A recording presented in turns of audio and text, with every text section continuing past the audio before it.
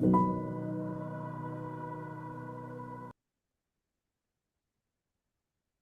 hello everybody. Good evening. Welcome to this lecture this evening. We are the British Association for Local History. My name is Joe Saunders, currently one of the vice chairs of the association. And tonight's talk is the last in our spring series of talks, hosting speakers who are working with the fantastic Historic Towns Trust. And I'm very delighted to welcome Margaret Connolly with us this evening. Before we begin, just a little bit of Zoom housekeeping.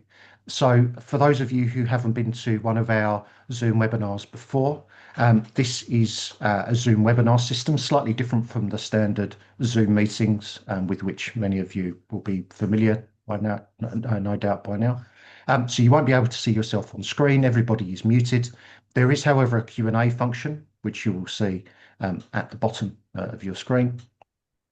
And if you can use this throughout to ask any questions to Margaret during the talk, and we'll have some time at the end of our session this evening for myself to pitch these questions to Margaret.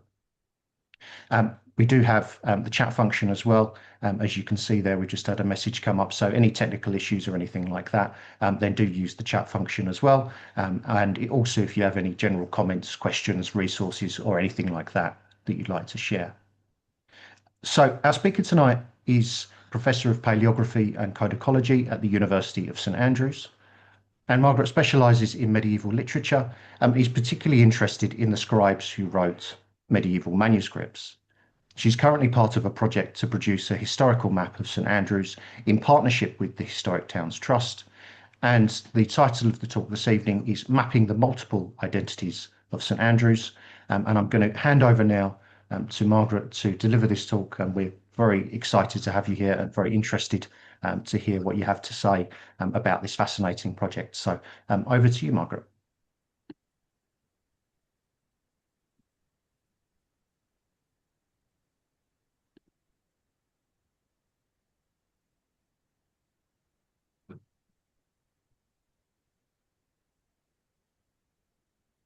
Excellent. We can see that. Great. Great. Thank you, Joe. Good evening, everyone, and thank you for inviting me to talk about our project to create an historical map of St Andrews, and for giving me the opportunity to share some of the fascinating history of this ancient town with you.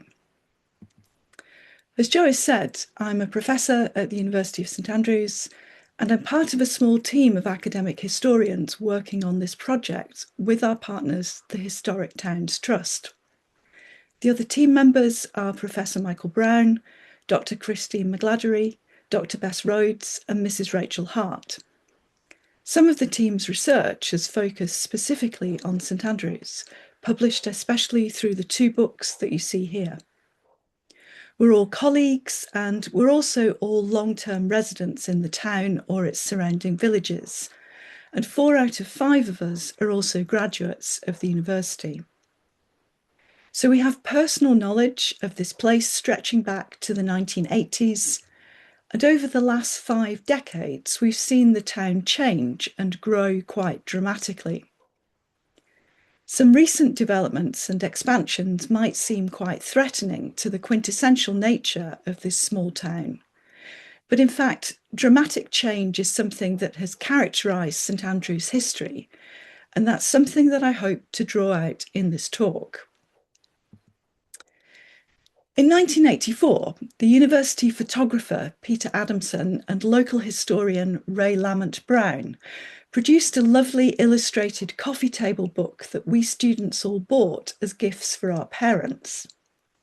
The title of that book, St Andrews, City of Change, really highlights the way that St Andrews has transformed itself over the centuries, suffering some highs and lows of fortune in the process, but always managing to make the most of its topographical location and always somehow navigating a path to continued prosperity by leaning into different natural assets and different activities. The town's successive transformations also mean that it's now known for quite different things. Those of you listening tonight may know St Andrews for its university, the first university in Scotland, founded in 1413, and the third oldest in the English-speaking world, and some of you indeed may be St Andrews alumni. Those of you who are golfers will know this place as the home of golf, and at regular intervals when the Open Golf Championship is played here, footage of the famous old course is everywhere across the sporting media. 3 beautiful beaches make St Andrews an attractive seaside resort, and leisure tourism has been a very important source of income over the last 150 years. Currently, the town is an extremely smart destination for shopping and dining, catering to day trippers who may or may not be aware of its history. In addition to golf and education, St Andrews was a centre of medieval religious pilgrimage and the birthplace of the Scottish Reformation. It's safe to say that most visitors will be drawn here by one aspect, whether that's golf or education or something else. And our mission through this project is to try to extend people's fragmented knowledge of St Andrews and to show them the rich and diverse layers of its history, as those can still be detected in its streets and buildings. An historical map provides the perfect format to present the different histories of a place simultaneously. This is a formula that the Historic Towns Trust have perfected. They've already produced 20 of these kinds of maps, some of which I know you've heard about in previous talks.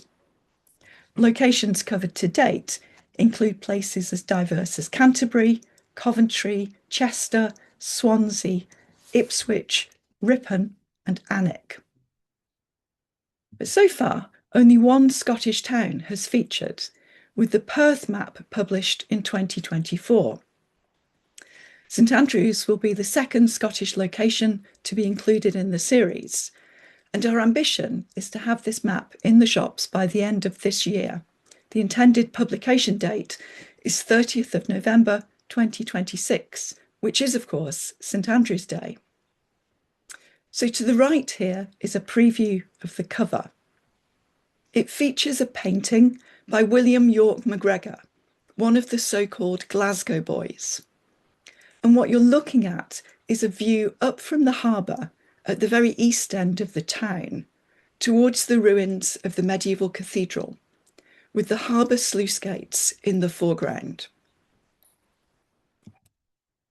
Here's that view in modern times, with the sea gate of the priory to the right, and on the left, the depiction of the harbour crowded with ships from the 16th century map made by John Geddy. On the map, this locates us roughly to the centre where I've put a little red dot, and you may just be able to read that it says floodgates. This is what would have been one of the most important points of entry to the town through the pre-modern period, i.e. arriving by sea. And so it's a good place for us to start tracing its urban history this evening. The legend of the town's foundation tells that the apostles' bones, specifically a kneecap, an upper arm bone, 3 fingers, and a tooth, were brought to Scotland by a Greek monk called Regulus in the 4th century. The real origin of the link between the apostle and this settlement that bears his name continues to be debated.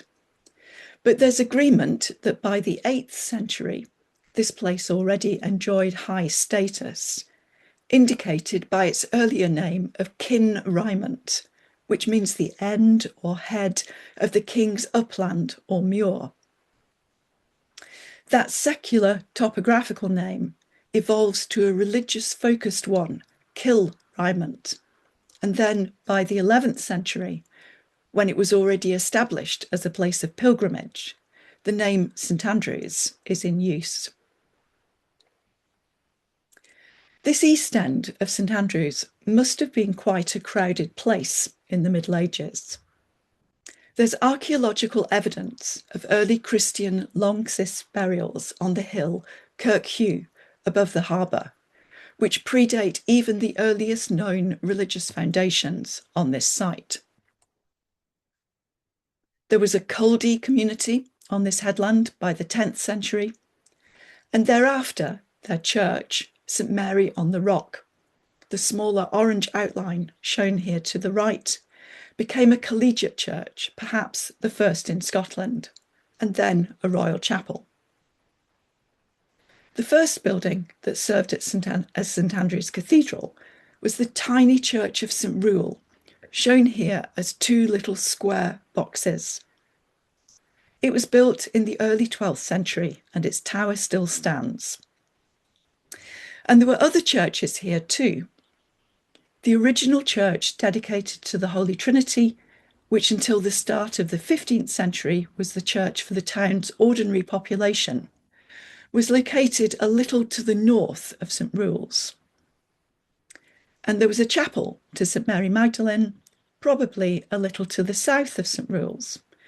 It's recorded in the 16th century, but we're too unsure of its exact location to be able to plot it on the map.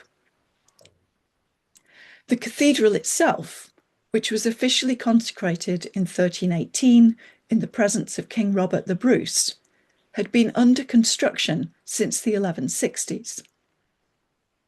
It was on a vast scale that stretched both resources and expertise, and it suffered various collapses caused by storms and fire. When it was finally completed, it was the largest building constructed in Scotland before the 19th century. Although we refer to it as the cathedral, it was properly a cathedral priory, a house of Augustinian canons. And although we've been focusing on just the footprint of the surviving medieval cathedral outlined here in orange, the priory complex was much more extensive, with the usual supporting buildings of chapter house, refectory, dormitory, clustered around the cloister on the south side of the nave. There was also a guest house, the new inns where James V and Mary of Guise stayed during their wedding festivities, a granary, a mill, and a brew house. The full extent of the precinct can be seen more clearly on this map from Bess Rhodes' book, Riches and Reform. We'll be plotting the course of the precinct on the map and showing its boundaries in red, but we haven't yet done that fully. The entire precinct was surrounded by a wall, complete with numerous towers and gateways.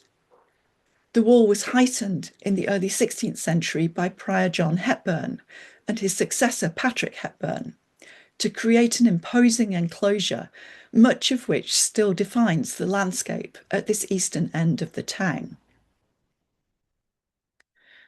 Of course, the landscape has also changed since the end of the Middle Ages. Much of the priory grounds were subsequently used as burial grounds, which is why the green is shaded in with little white crosses. But the label New Cemetery is now quite misleading to any St Andrews inhabitant. The new cemetery is now located at the western edge of town. What was simply the entry into the precinct from the town through the Pens has developed into a proper road that bisects the original precinct and gives access out to the harbour at the east. Between this and Abbey Street further west and south, the original precinct grounds were developed for other domestic and educational purposes in the 18th and 19th centuries. And towards the end of that period, this became the location for St Leonard's School, which is still an independent school based on that site. Abbey Street itself was originally called Eastburn Wynd, and there's a clue in the name here. A wynd in Scots signifies a narrow street or alley. This was the original way around the perimeter wall of the precinct, and it turned into the road south to Anstruther and Crail. On our base map, which is drawn from the 1914 Ordnance Survey map, you can see at the top end where it joins South Street that Abbey Street is lined with little grey ordinary buildings on both sides. But in fact, those on the east side, which were built up against the priory walls, are now mostly gone because this road was significantly widened during the 20th century. I spent quite a while talking about the significance of the east end of St Andrews, because the concentration of ecclesiastical power there really dominated the town's initial development. St Andrews' importance as a centre of pilgrimage is reflected in its very streetscape, with two main broad routes leading to and from the location of the shrine. This can be seen quite clearly even today in the way that North Street and South Street, originally the North Gate and the South Gate, converge on the cathedral at their eastern ends. The middle street, Market Street or Mercat Gate, developed slightly later than those two, as the natural centre of the borough, which had been clustered further to the east, close to the cathedral, was gradually displaced further to the west. And the fourth, most northerly street, now called the Scores, but originally known as Swallowgate, led to the castle. Perhaps the castle is the next site to mention, particularly since its primary function was to provide the Bishop of St Andrews with his principal residence. The earliest reference to the castle comes from a late 12th century charter. It operated as a stronghold during the Wars of Independence in the early 14th century, and it was left in ruins from 1337 to the 1390s. During those decades, there was a tannery in the grounds at the west side. And since tanning, processing animal hides, was a very smelly activity, this absolutely confirms that the bishops of this period did not live in their castle. The castle was reconstructed as the bishop's house, and extensive artillery fortifications were added in the 1520s. These helped the Protestant rebels who had killed Archbishop Cardinal Beaton in 1546 to defend the castle. The reconstruction of the castle as a palace is shown in its earliest depictions, such as here to the right from the Geddy map. But when Archbishop Hamilton fled in 1559, his residence was left without a clear function, and it gradually fell into disrepair. It had more extensive ranges than have survived today, or even by the date of the 1914 map. Some parts have been lost to erosion, and in the 17th century, much of its stone was used to repair the long pier at the harbour. Because the bishop was the feudal superior of the town, the castle was initially the focal point of local governance and authority. And its bottle dungeon, which is marked on the map, was used as a place of imprisonment. After the Reformation, the centre of civic authority shifted to the new centre of town and to Market Street, where the toll booth had a jail attached. A further shift in the 19th century created other important meeting spaces for town governance. Initially, the rather grandly named City Hall, just behind the orange town church there on the map. City Hall was developed in 1845 out of the former English school. And when the purpose-built Town Hall on South Street opened in the 1860s, the jail and police station were located within it, and the old toll booth on Market Street was demolished.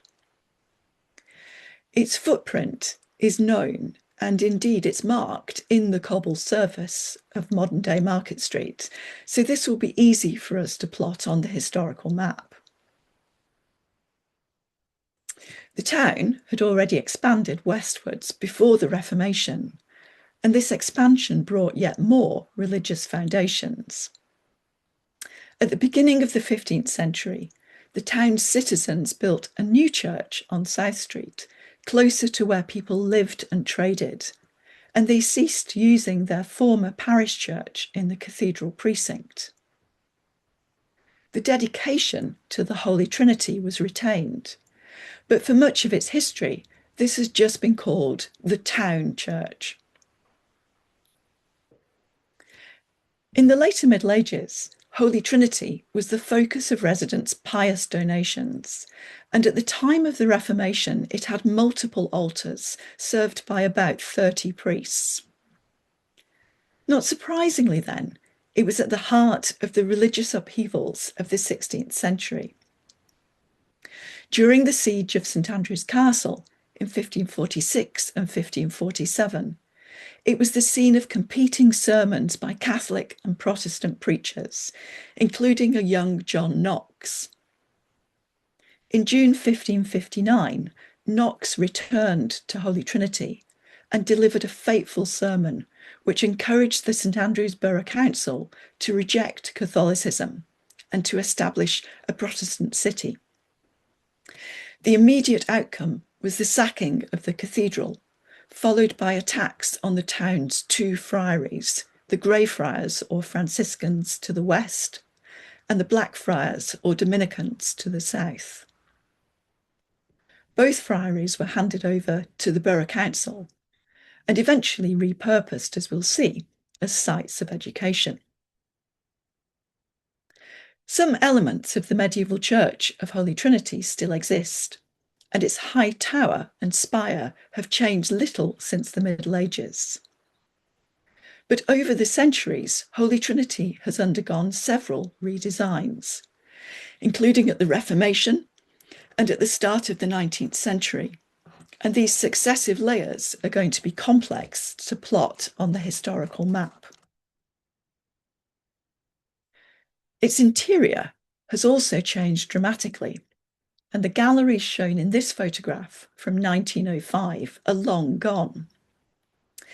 Their installation raised its seating capacity to 2,500, as noted on the Ordnance Survey map of 1895.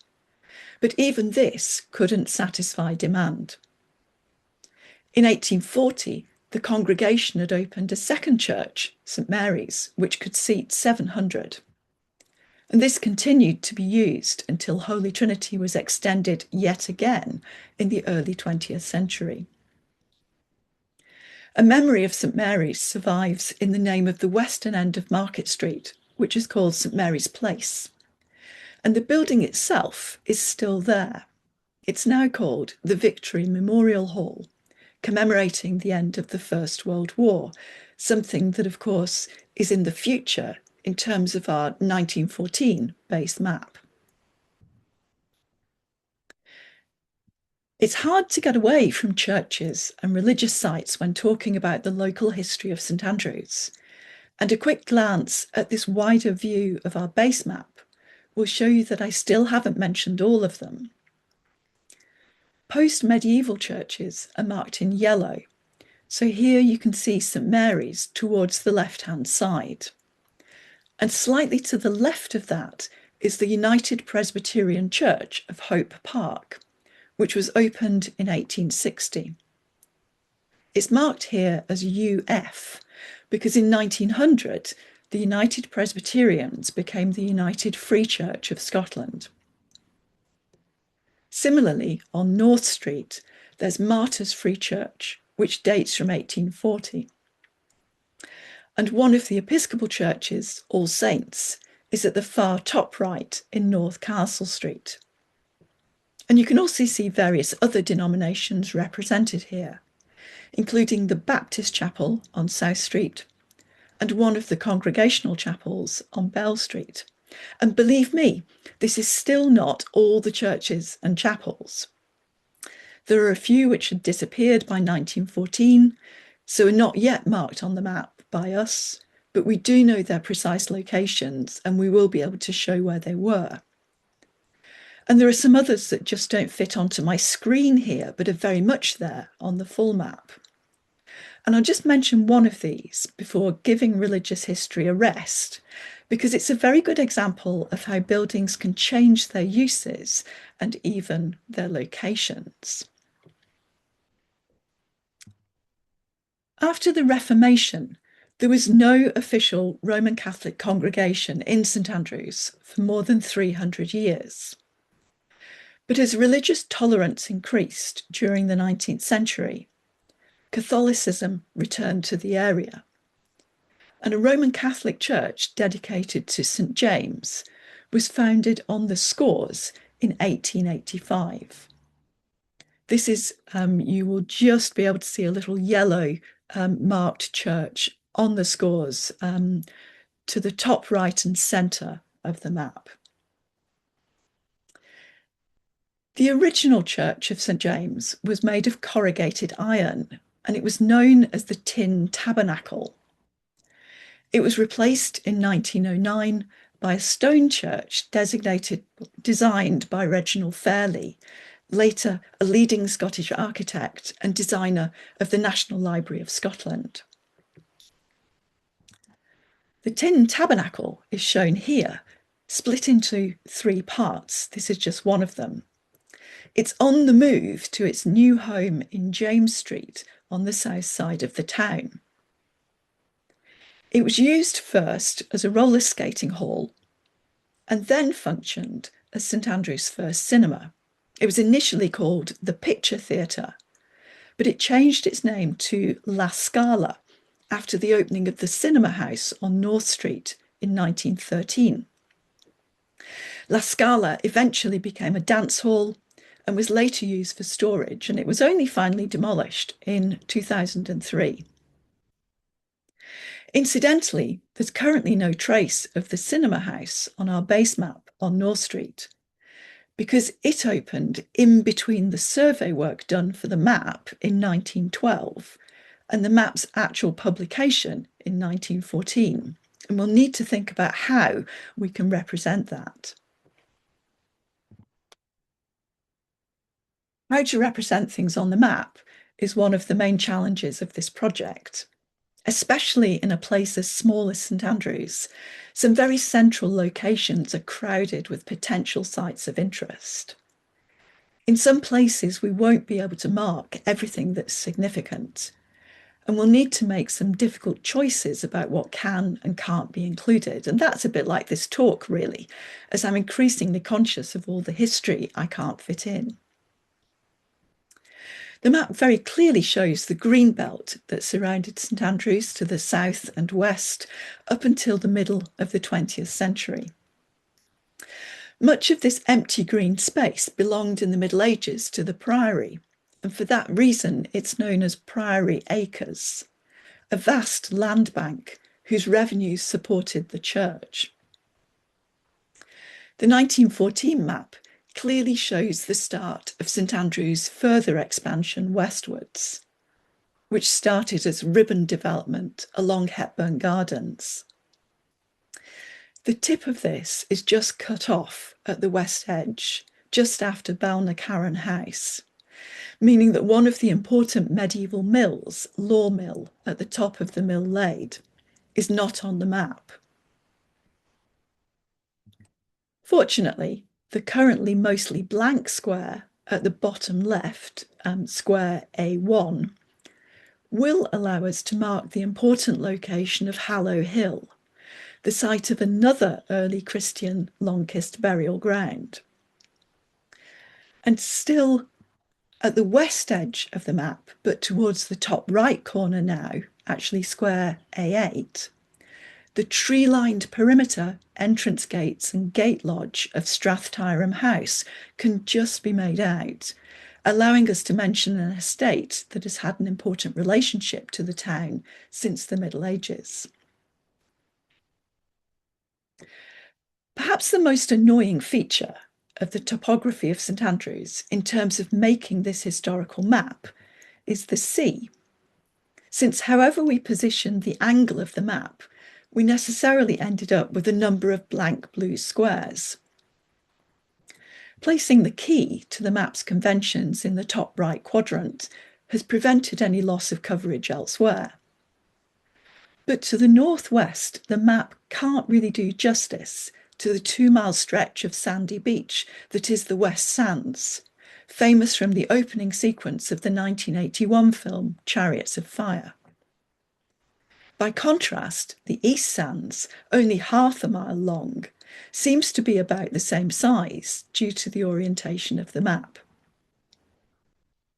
And most misleading of all, behind the West Sands, those world-famous golf courses are rudely cut off to the north. Less than a quarter of the old course is represented on the map, so I can only apologise to any golfers in the audience who may have been looking forward to this section. It's not apparent from the map, though we will explain this in the narrative gazetteer on the reverse, that in 1914 there were already 4 golf courses. The newest, the Eden course, was opened that year. The Jubilee course had been built in 1897 and named in honour of Queen Victoria's Diamond Jubilee. The new course was built by the Royal and Ancient Golf Club in 1895, after they were forced to relinquish ownership of the St Andrews Links, what's now known as the Old Course, to the Town Council.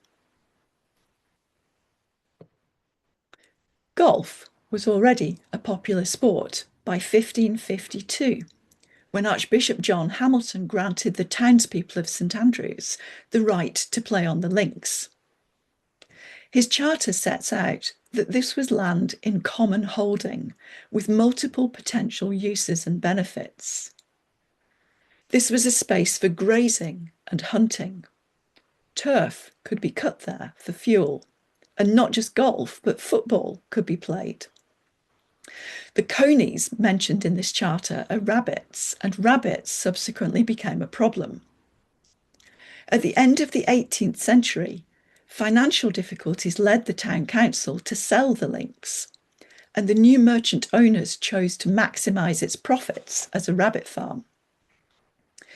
Conflict between golfers and the rabbit merchants was only resolved when James Cheap of Strathtyreham, that estate just off the edge of the map, stepped in to buy the links for golf.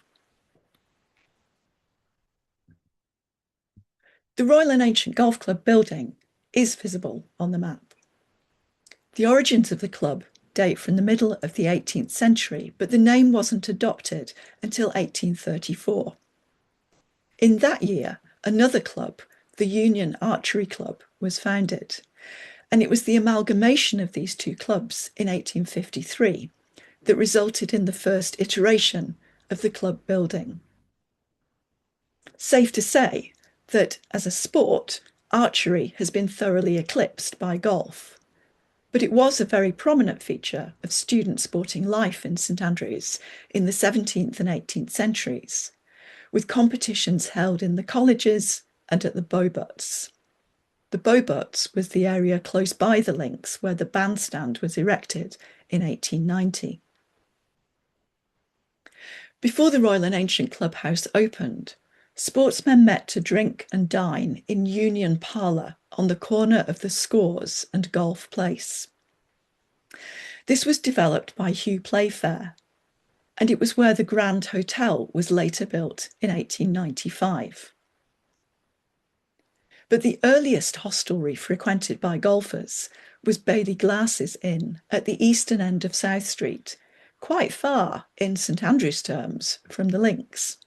And this was also where James Boswell and Samuel Johnson supped in 1773 on their tour of Scotland. The Royal and Ancient Clubhouse was an exclusive space just for R&A members. The new club on Gibson Place, marked here with a red dot, was a clubhouse for the people of the town. It was created in 1902 by a group of local businessmen supported by Tom Morris.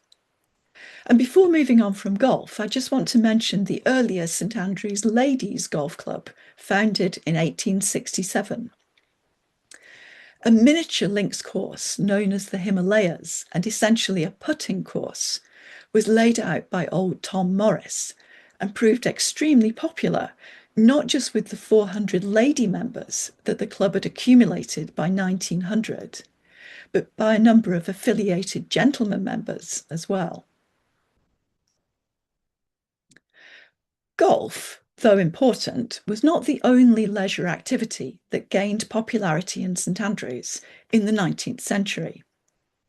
Both townspeople and visitors indulged in sea bathing, encouraged by public baths that were constructed to the west of the castle ruins in 1810.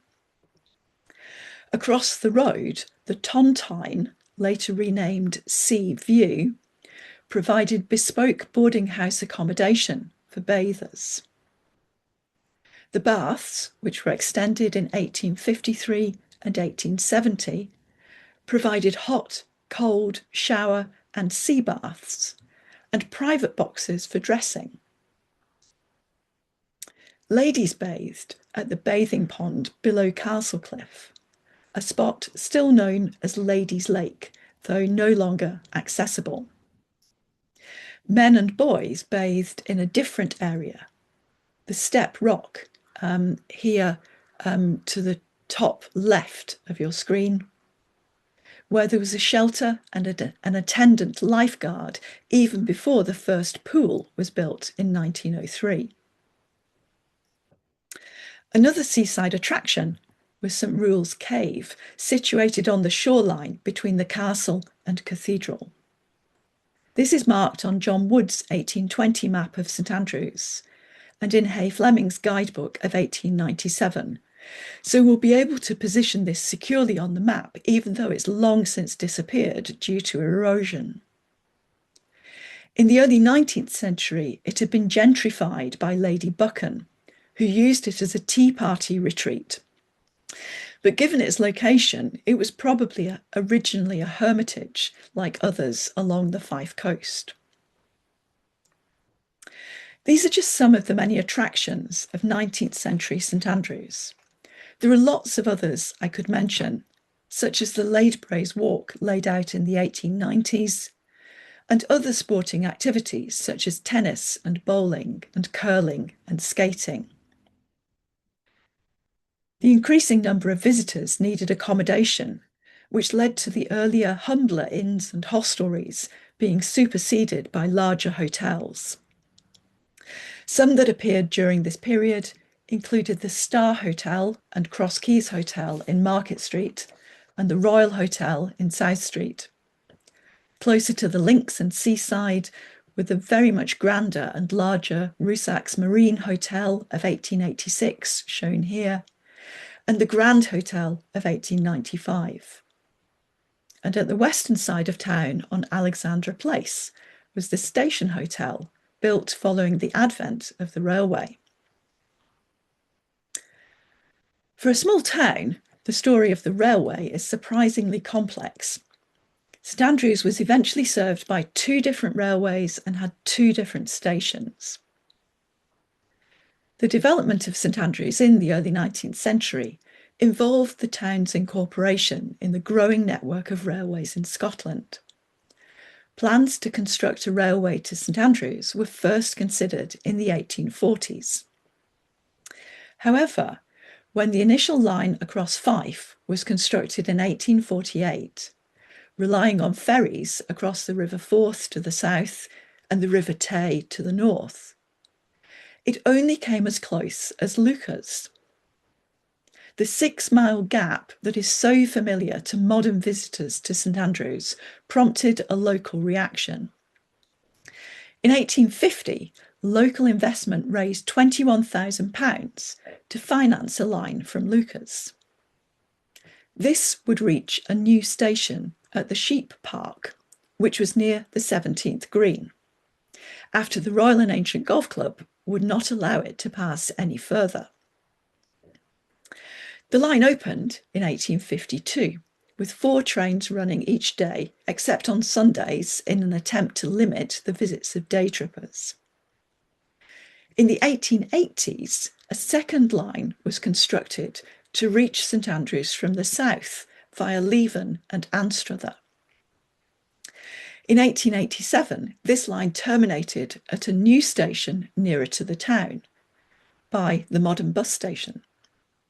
And then the previous old Links station was converted into a goods yard. This now joined up line through St Andrews operated until, in the 1960s, it fell victim, like many of Scotland's branch lines, to the beaching programme of cuts to the rail network. The line linking St Andrews to the main line at Lucas finally closed in 1969. The old Course Hotel was built on the site of the old Links station, and the station master's house became the Jigger Inn. This excursus into 19th century St Andrews, with its emphasis on tourism and leisure and recreation, may have mistakenly given the impression that it was a sort of Brighton of the north, a place devoted mostly to pleasure and hedonism. In fact, there was a great interest in and engagement in education and learning, reflected in a large number of libraries in the town. The St Andrews Literary and Philosophical Society had started its own museum in 1838. A local doctor, John Adamson, helped to found this and was its curator for over 30 years. This was very much regarded as the town museum, even though it was physically located in the upper college hall of United College, and it was open to both students and the public. In 1908, it was given to the university and provided with its own purpose-built accommodation in the Bell Pettigrew Museum in 1911, built as an extension to the Bute Medical Building, which had opened in 1898. By the end of the 19th century, there was clearly an interest in history itself, perhaps also propelled by the increasing numbers of visitors who wanted to see things. The Cathedral Museum opened in 1908, and there were collections of items of interest related to the town in the town hall and items related to the university in its King James Library. The truth is that one of the principal activities in St Andrews in this period was, as in fact throughout its history, was education. The most prominent and enduring development in terms of pre-university education was Madras College, the town's main secondary school, which is still in existence. This was founded in the 1830s by Dr. Andrew Bell on the site of the former Blackfriars Monastery on South Street.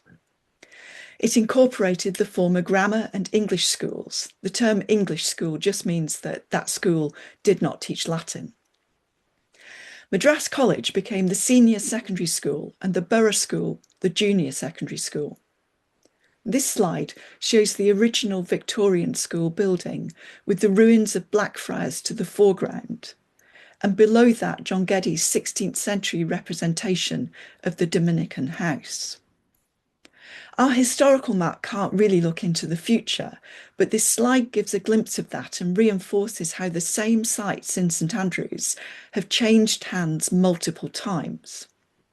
As I mentioned, at the Reformation, the Dominicans surrendered their property to the Borough Council, and very recently, Fife Council has exchanged this site with the university, who plan to develop it as a new, as yet unnamed college. The medieval and Victorian historic buildings will be retained in that new development. There were other schools too, with several along the scores. In fact, there were an improbable number of private educational establishments in the town for both boys and girls. The principal school for girls was the St Andrews School for Girls, later renamed St Leonard's School, which began in 1877 in two houses on Queen's Gardens, in what is now St Regulus Hall, one of the university residences. And I've marked that with a little red dot. The school moved eastwards to St Leonard's House on the Pens in 1882. And as it expanded, it developed a preparatory school called St Catherine's School on North Street in 1894. And later took over a boys' school, Clifton Bank, on the Scores, which is now the site of the School of History. And St Catherine's also had accommodation at Castlecliff on the scores as well. This complicated development shows something quite characteristic of St Andrews, which is that as buildings have been handed between different organisations and repurposed, they've tended to reuse the same names, often saints' names. Throughout this discussion of education, and indeed throughout this talk, I've slightly avoided the topic of the university, but this is where I'm going to bring things to a close. Parallel to the religious history of St Andrews and throughout the last 6 centuries of the history of the town, the university has enjoyed a continuous existence. Its history can't be separated from either of those things. The priory, the borough, and the university coexisted in very close quarters, and the same personnel, all in the Middle Ages men, were involved in what were truly overlapping spheres. The earliest university teaching took place in the priory buildings round about 1410. The founder of the university was a churchman, Bishop Henry Wardlaw, its foundation achieved by papal bulls issued by Pope Benedict XIII, one of the Avignon anti-popes. At the time of the foundation, teaching was conducted in the Pedagogy and St John's, sites on South Street that were later superseded by St Mary's College, the last of the colleges to be founded in 1538 by Archbishop James Beaton. The university's earlier colleges were also founded by churchmen. St Salvator's College on North Street, founded in 1450 by Bishop James Kennedy, and St Leonard's College, founded in 1512 by Archbishop Alexander Stewart and Prior John Hepburn. In 1747, in what was one of the low points of the university's history, these 2 colleges merged to form United College.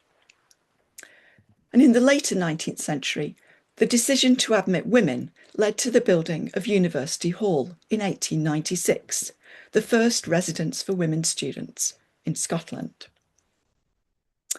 I'm almost certainly out of time, but I just want to take a moment to acknowledge the support and funding for this project, which has come from both the university and a number of local foundations and trusts. Thank you for listening, and I look forward to hearing your questions. Wonderful. Thank you so very much, Margaret. What a fantastic talk, both showing insight into the varied and rich history of St Andrews, but also around the process of actually capturing these things, which I think is really important as well to see. And as you can see from the hopefully the digital applause there, you can see just how much people have enjoyed listening in as well. So we will open things up. We've got some. You did very admirably in terms of time. We have some time now for questions. So if anybody has any questions at all, there should be a Q&A box that you can see either at the bottom or to the side of your screens. And if you want to ask any questions of Margaret and I will then vocalise those, and we can see if we can get some answers if anyone's got any pressing questions about golf or the university or anything at all. Yes, thank you very much indeed. And it's wonderful to see a project that, of course, is funded and supported by so many organisations, and of course a great team that you're working with as well to pull this together. And I know before everybody joined, we were having a chat, Margaret, about the ongoing research, and of course exciting to be moving that forward. And my own personal goodwill for you to finish before your deadline. I'm sure it's all coming together. It sounds like it, certainly from your talk. So yeah, if anyone's got any questions, please pop them in the Q&A function. We've got lots of people commenting, people starting to comment in about renewing the knowledge of St Andrews history, and we've got at least one alumni in the audience reviving happy memories of time there from 68 to 72. I think we'll have a few alumni in the audience, I'm sure.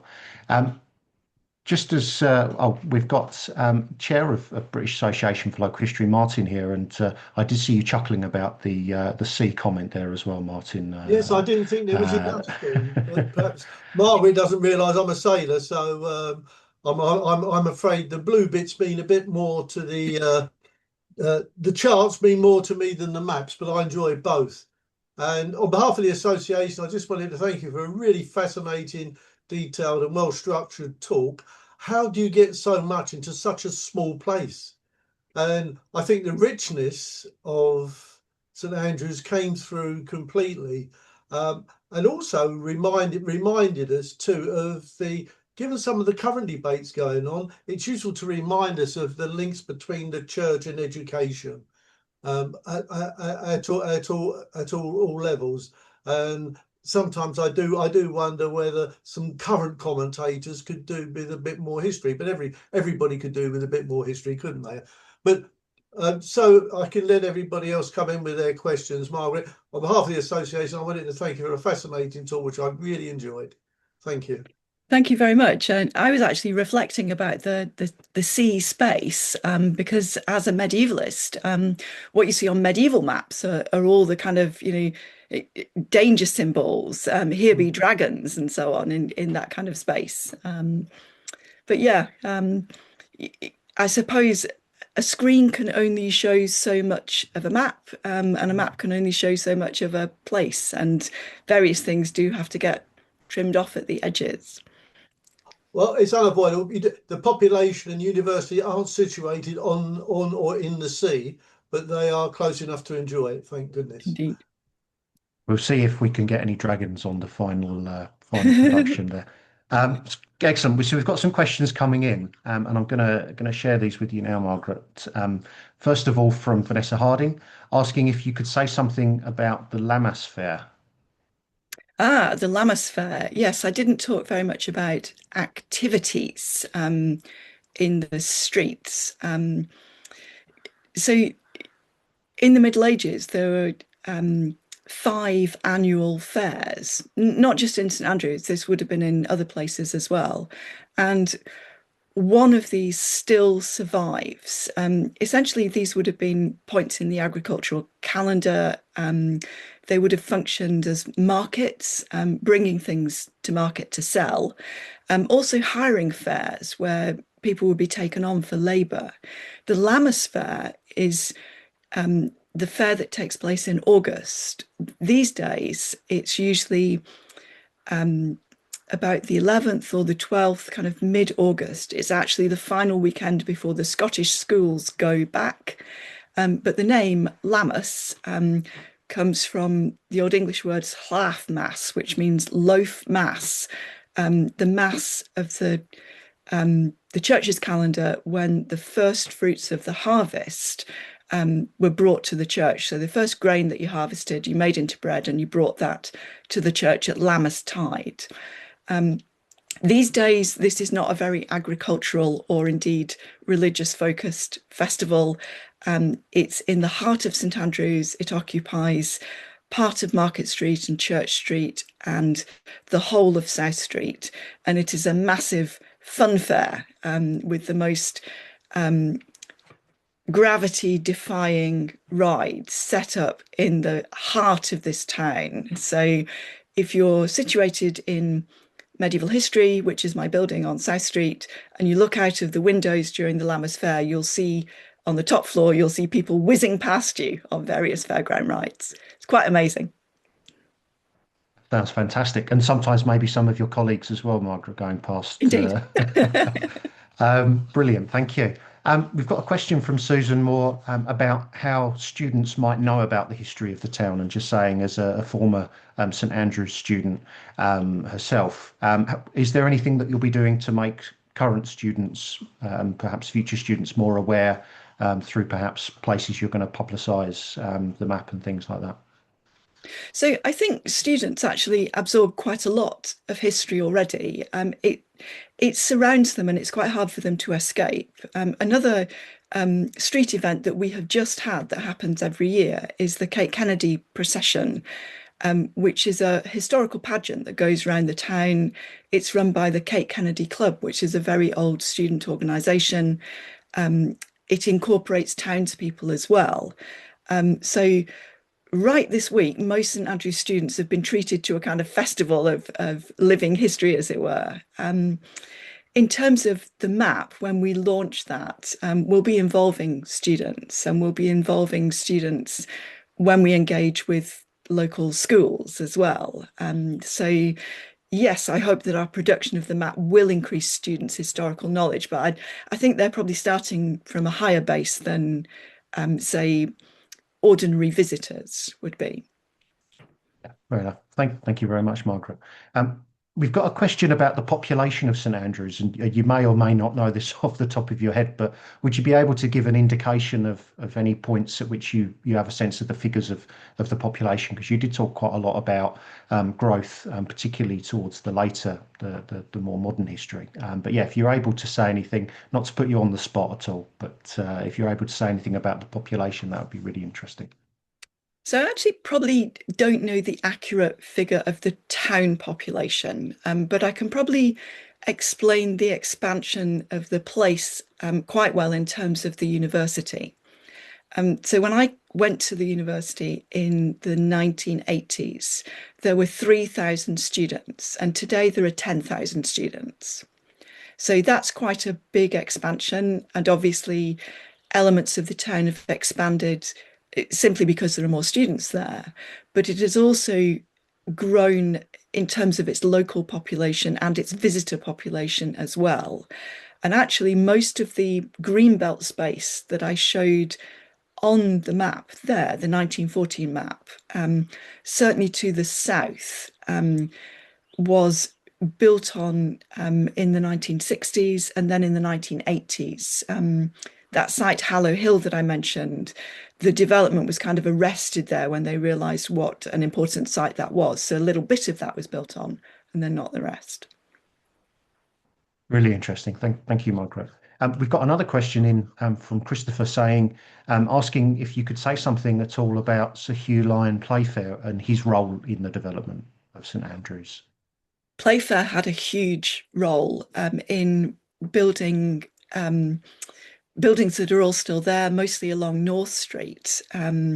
He was very active on the town council. He was head of the town council for a long time. He promoted a lot of the initial westward expansion, which we would just now think of being part of the old town, to be honest. And of course, he was involved in golf as well. So yeah, a really significant figure, and actually a figure who's currently being researched by or at least the Playfair family are being researched by a PhD student in the School of History. Very interesting. And I definitely got a sense from your talk as well about these sort of key figures and key people and local people taking lots of civic pride and lots of interest in the positive development of the town as well. And that struck me quite strongly. I think that's still true of St Andrews, actually. I think there are a lot of local residents who feel very passionately about it. And that's probably why it's such a well-kept, well-developed town. You know, it has changed, and it's changed quite dramatically, but it's still a very special place.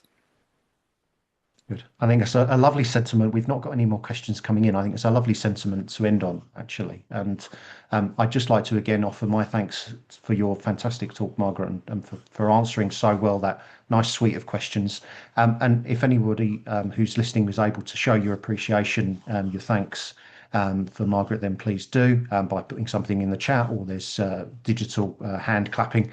And just to say thank you again, Margaret, for your talk. Hopefully the rest of the map works comes together. So I'm sure you're excited to be moving that on now and moving towards publication. So I wish you the very best with that. Thank you. Excellent, lovely. Thank you everybody for listening tonight, and hope you enjoyed the talk. And do join us in future for more British Association for Local History events.